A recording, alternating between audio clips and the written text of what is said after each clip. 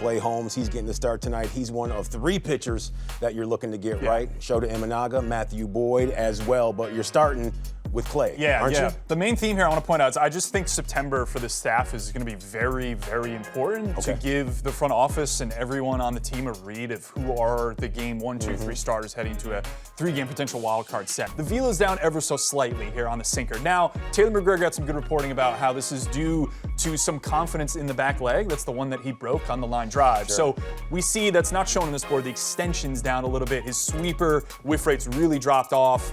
But the bottom line, the positive, is that I think I'm obviously a pro-velocity person. I'm always going to say you need more velocity. If there's anybody that can survive at lower velo, it is Clay Holmes. Clay Holmes, he's a ground ball pitcher extraordinaire. Shota Imanaga, not necessarily so much. What does he need to do to go out there and be at his best for the postseason? Yeah, unfortunately, we're seeing a similar downtrend velocity that we saw last year with him. It's not as big of a drop. I'm going to throw up a graph here that's literally just as forcing velo. So this looks like a larger drop than it is. We're only talking about just over a mile per hour, but it's still considerable enough to matter from my perspective. In his career, when he throws fastballs over 92 miles per hour, they allow about a 430 slug. When you drop under 92, that jumps over 100 points to 530. What's more important for Shota? Is it the velo or is it the action on that split piece? I think it's velo.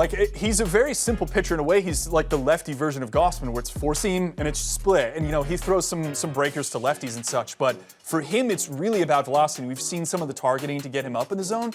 I agree it is location, but the way you can make location less of a factor is just to throw harder. So if you want to focus on the location side, sure, I would push more towards just get his body right, get him in the right place, such that he's more 92 to 93, and it doesn't matter as much if he leaves a four-seam middle.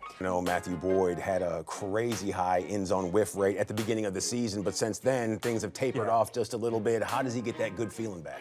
For me, I'm gonna just even keep it more simple because the best thing with Matthew Boyd is that if he can keep it in the park like all these other guys, then that's really part of his success, because this month he has given up 8 home runs, and that was 14 on the season. Now I know it's been a shorter season for him because of his IL stints, but I think you gotta do what he does best or can do, which is limit home runs, and they can happen, but I think seeing the uptick recently, just trying to get back on track, where maybe a result of some of the things that you were describing.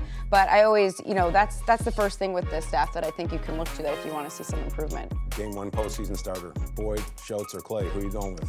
Well, we did this the other day. I'm now in a position where things have changed. Everyday things change. I have to see more. I went with Boyd the other day. Going Goss?